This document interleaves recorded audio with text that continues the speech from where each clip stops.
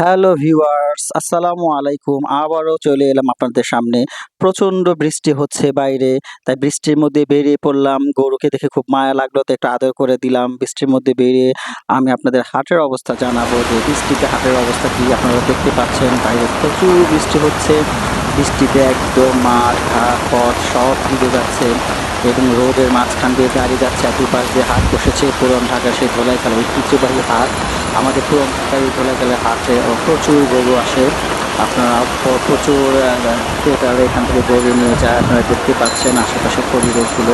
এই এখন সময় কিন্তু বিকেল ৫টা ৩০ আর দেখে মনে হচ্ছে যে সন্ধ্যা হয়ে গেছে। চারপাশের অবস্থা দেখুন। আমি হাঁটছি, আমি ছাতা নিয়ে হাঁটছি এবং একাই হাঁটছি। আমাকে আজকে সাহায্য করার কেউ ছিল না। ভাবলাম যে বৃষ্টিতে একটু বেরিয়ে পড়ি এবং পরিস্থিতিটা আপনাদের সামনে উপস্থাপন করি। আর গরুদের অবস্থা দেখতেই পাচ্ছেন, যারা একদম প্যান্ডেলের ভিতরে আছে যেসব গরুগুলো, সেসব গরুগুলো একটু সেফ আছে। আর এই গরুর পাইকারকে দেখতে পাচ্ছেন ঘর বানানোর জন্য তারা বাঁশের মধ্যে দড়ি দিয়ে বাঁধছে। আমি ছাতা নিয়ে যাচ্ছি, আমাকে দেখতে পাচ্ছেন। প্রচুর বৃষ্টি হচ্ছে, ছাতায় কাভার হচ্ছে না, আমার প্যান্ট এবং গেঞ্জি ভিজছে। তবুও একটু আনন্দ উপভোগ করছি, আবার কষ্টও লাগছে গরুদের জন্য। বলতে গেলে কারো পৌষ মাস, কারো সর্বনাশ।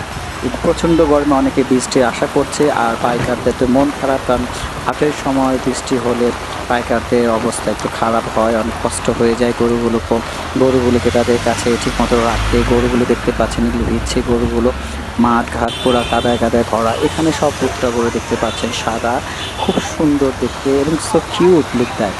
এখানে আরও গরু ছিল, এখানে কয়েকটা গরু বিক্রি হয়ে গেছে ইতিমধ্যে, আপনারা দেখতে পাচ্ছেন। আরও এখানে শুধু ভুট্টা গরু না, বড় বড় গরুও রয়েছে আশেপাশের। এই যে এখানে একটা অস্ট্রেলিয়ান গরু ছিল। আমাদের যে দোকানের কাছে যেটা লাল গরু ছিল, ওরা প্রায়শই এরকম দুই গরু ঝগড়া করতে থাকে। দেখতে খুব মজা পাই, আমি প্রতিনিয়তই ঝগড়াটা দেখি। আগামীতে আরও ব্লগ